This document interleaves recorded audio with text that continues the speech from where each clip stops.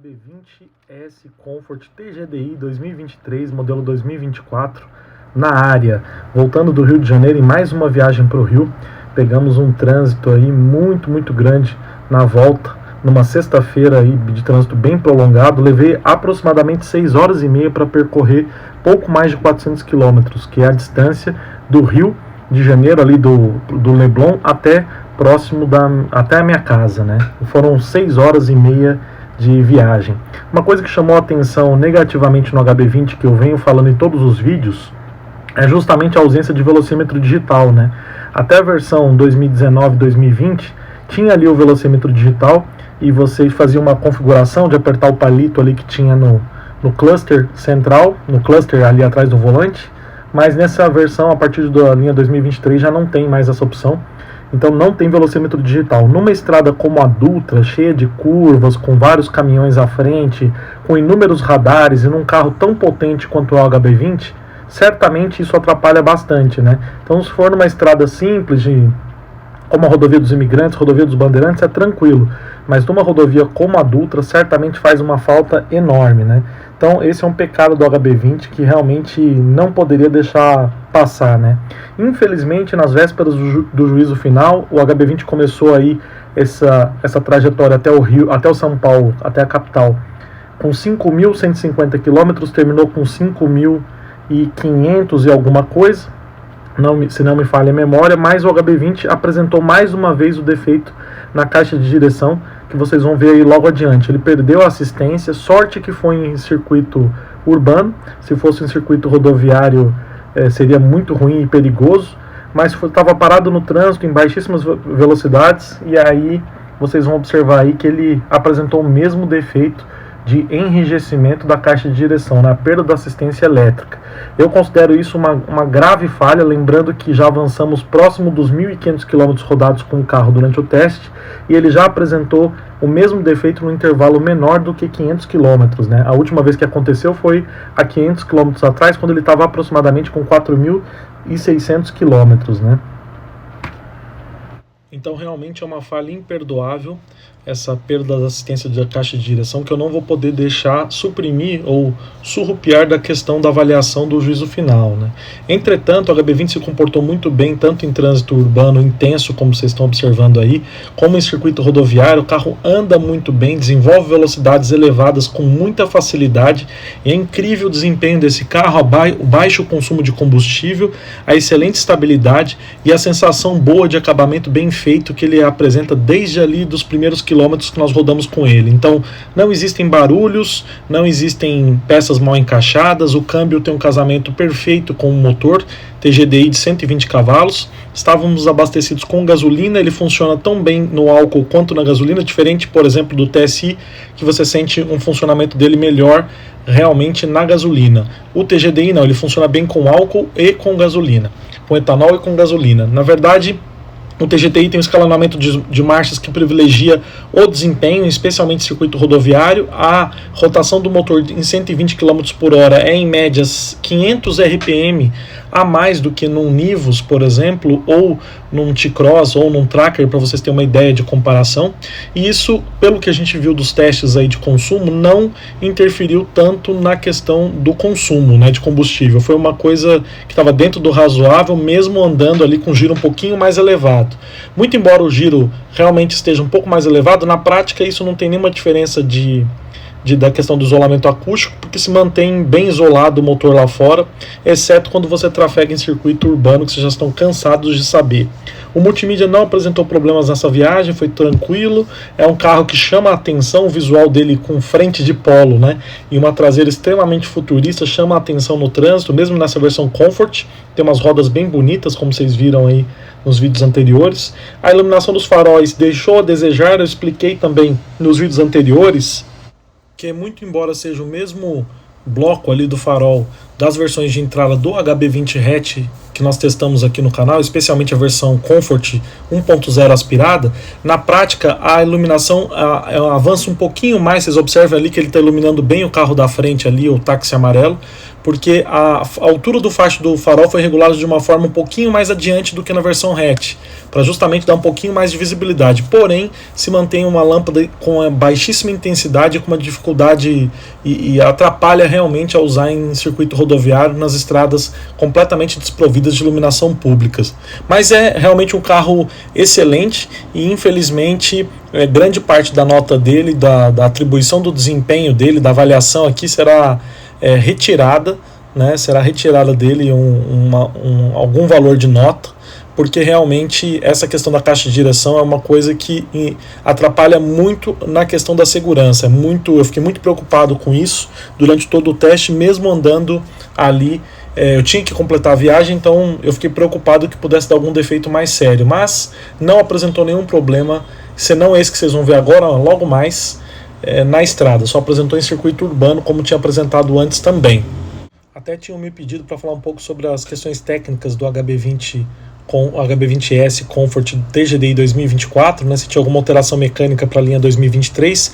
Eu creio que não tem nenhuma alteração mecânica em relação a 23, porém em relação a 22, testando aqui no canal HB20 Turbo Sport 2022, eu achei que existe um casamento melhor entre motor e câmbio. Parece ter uma regulagem diferente de sensibilidade de acelerador aí.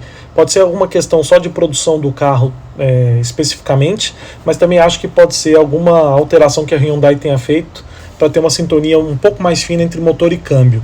A versão 2022 Sport que nós testamos também foi digna de aplausos, passou com louvor aqui no canal, mas existia ali às vezes uns refugos de rotações entre as marchas que eu não percebo nesse HB20 aqui, assim como eu não percebi no Creta. O Creta estava sempre bem disposto, o Creta que passou no canal agora há pouco em teste de longa duração também, e o HB20 da mesma forma tem uma disposição bem grande, tanto com etanol quanto com gasolina. Lembrando que a potência com etanol e com gasolina é a mesma de 120 cavalos, assim como o torque, que é de 17,8 kg de força, né?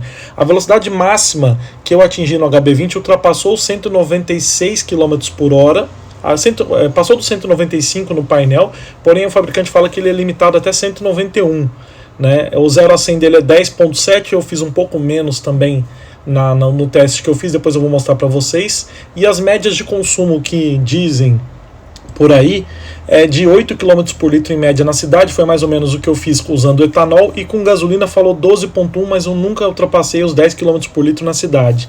Na estrada a situação é bem diferente, assim, se você andar em velocidades moderadas, certamente você vai fazer um consumo superior a 15 km por litro se você utilizar gasolina no tanque, né? A direção é elétrica, teve o problema que vocês vão ver aí logo mais, não é eletrohidráulica, né? Ela é só elétrica. A suspensão dianteira é do tipo McPherson, né, e a traseira do tipo eixo de torção, né. Me perguntaram também ali se o HB20 dessa geração, a partir de 2019, né, que houve uma mudança para o modelo denominado Bagre, né, se teve alteração de dimensão em relação à geração entre 2012 e 2019. Tem um entre-eixos maior, então ele tem 2,53 m de entre-eixos, quando na verdade o anterior tinha 2,50 m, e o porta-malas da versão sedã aumentou de 450 para 475 litros, ou seja, tem um aumento significativo de porta-malas e talvez também 3 centímetros, talvez seja 0,3, né? Talvez seja um aumento significativo também de espaço interno. 3 centímetros é bastante coisa entre os bancos, né? Lembrando que a versão anterior do HB20, até 2019, sempre foi questionada pelo pouco espaço interno. Então qualquer diferença ali de qualquer centímetro a mais no entre-eixo já altera toda a dinâmica de uso do carro e de espaço entre os bancos, né? Lembrando que o tanque dele tem 50 litros, eu tinha visto uma diferença de consumo entre ele e o Creta, mas na verdade depois eu descobri que o tanque do Creta tem 55 litros, e uma outra coisa importante, o Creta pesa apenas 1.270 quilos, ou seja, 150 quilos a mais que o HB20. Uma rede de loja muito famosa. E eu tava lá no Espírito Santo. E eu tava lá dando autógrafo. Esse horário e essa rede de loja é uma loja que vai muitas senhoras, muitas senhorinhas, né? Que gostam de comprar, coisa de modas. E eu fazia uma sequência. Eu tinha um contrato assim de 3 anos. E era uma sequência das inaugurações. Era uma coisa apertada, né? E eu tô lá no Espírito Santo. E me chega uma senhorinha. Ela faz assim: com licença, tudo bem? Aí eu perguntei o nome dela, como o nome dela? Ela falou: não, é pra minha netinha. Ela tá na escola, ela não pode vir. E é óbvio que eu vim aqui, né, pra pegar o autógrafo dela, que ela é apaixonada por você. Olha, eu tô falando isso aqui, Fábio, eu vou jurar pelos meus filhos, porque essa história parece ser mentira. É difícil até eu acreditar. Então, assim, diante dos meus filhos. Aí eu dei, mas como é o nome da sua netinha? Ela... ok, pô, manda um beijo pra ela. Ela fez, mas cadê o seu irmão? Quando ela fez, cadê o seu irmão? Ai, caralho. Não, quando ela fez, cadê o seu irmão? Aí eu estranhei. Eu disse, Gueto, meu irmão, hoje não é mais percussionista, mas meu irmão é músico. Aí ele disse, caralho, a netinha dela parece meu irmão. Aí eu disse assim, que irmão? Aí ela fez o Júnior. Não.